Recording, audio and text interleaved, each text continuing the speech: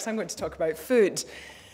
You know, I have such an interesting job sometimes because I get to work with families all the time on different issues to do with food, with lifestyle and lifestyle change.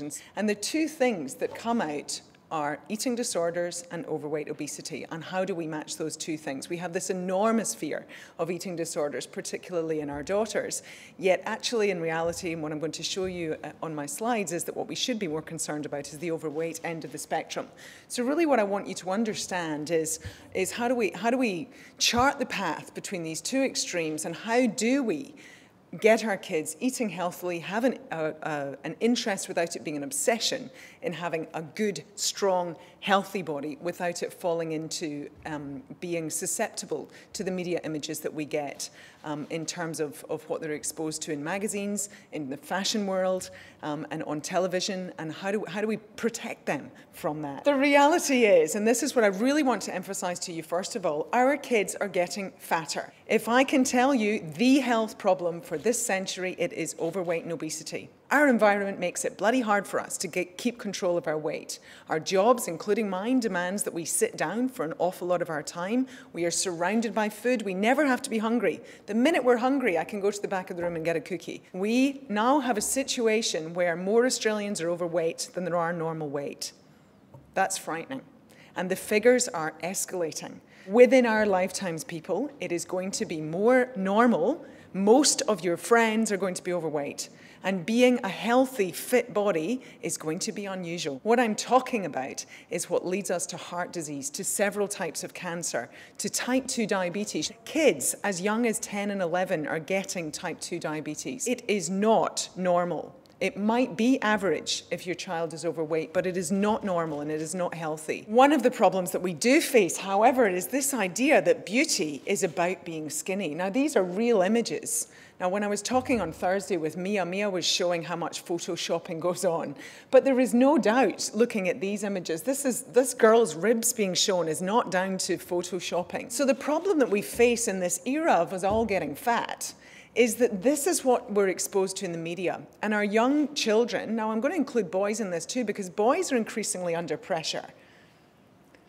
Boys and men are increasingly under pressure to also conform to a certain ideal.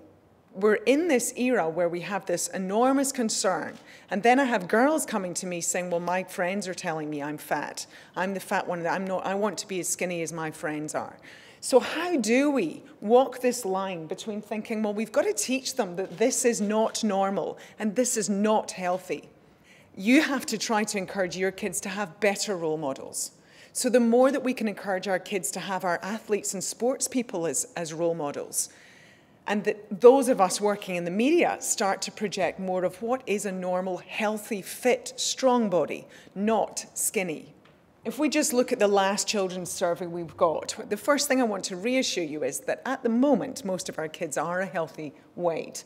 But just look at the yellow column there is the number who are overweight. So we're pretty close at the moment to 1 in 5 of our kids is overweight.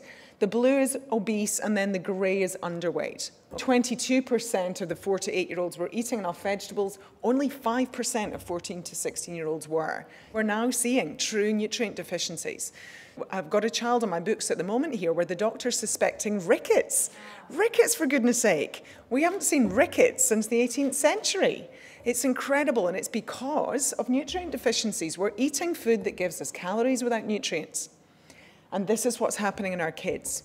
We're also not active enough. And one of the problems with kids is that, again, you know, most of them, 69%, so not bad, are doing about an hour of exercise a day. But the girls in particular get less active when they get up into teenage years. It's great that sport is such a strong player here in Australia.